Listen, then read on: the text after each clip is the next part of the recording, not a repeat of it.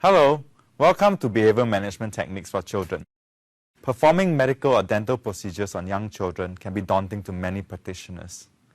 This is because many such procedures are uncomfortable, and medical and dental anxiety is so prevalent that it is an uphill battle to even get the patient into the operatory. In this lesson, we're going to explore the interaction between the healthcare worker, parent and child, and relate the temperament of the child and parenting style to successful management.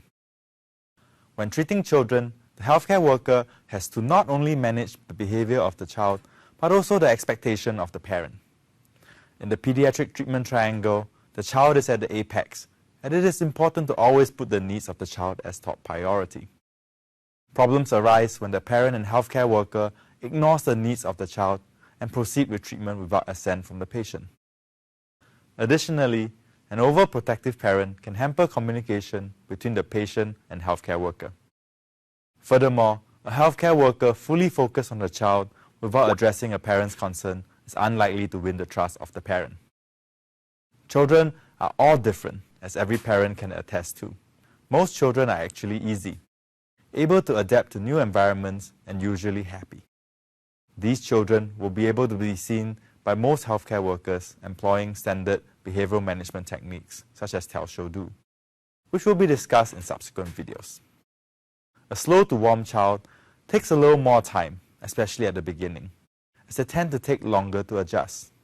Having a calm and patient healthcare worker is helpful in this case, and scheduling more happy visits without difficult or painful procedures can help a slow to warm child acclimatize.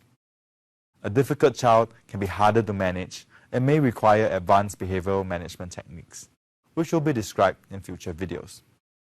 Having a structured treatment plan by a confident healthcare worker giving firm commands can help a difficult child establish boundaries. Young children can suffer from separation anxiety, which starts at around 8 months and remain high up to the age of 5.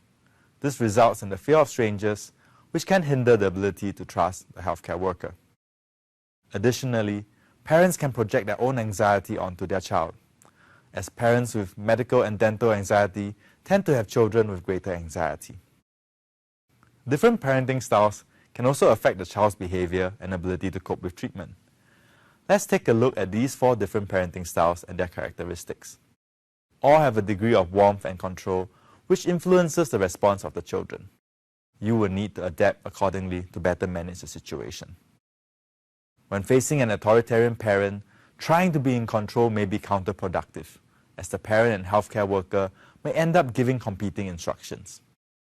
Conversely, managing a permissive parent may require the healthcare worker to be more assertive and set clear boundaries and rules.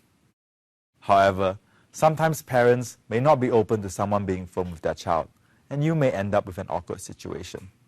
As such, it is important to remember that just as every child and parent is different, every healthcare worker is different as well. You may not be able to manage every child. However, with the application of behavior management techniques, you will be able to interact effectively with the majority of your child patients and families. Before we end the video, let's recap. The relationship between the child, parent, and healthcare worker should be an equilateral triangle with the child at the top. Careful observation will allow you to determine the temperament of the child and parenting style that will allow you to apply the most appropriate behavior management approach. This will give you the best chance of succeeding in managing a young child in a medical and dental setting.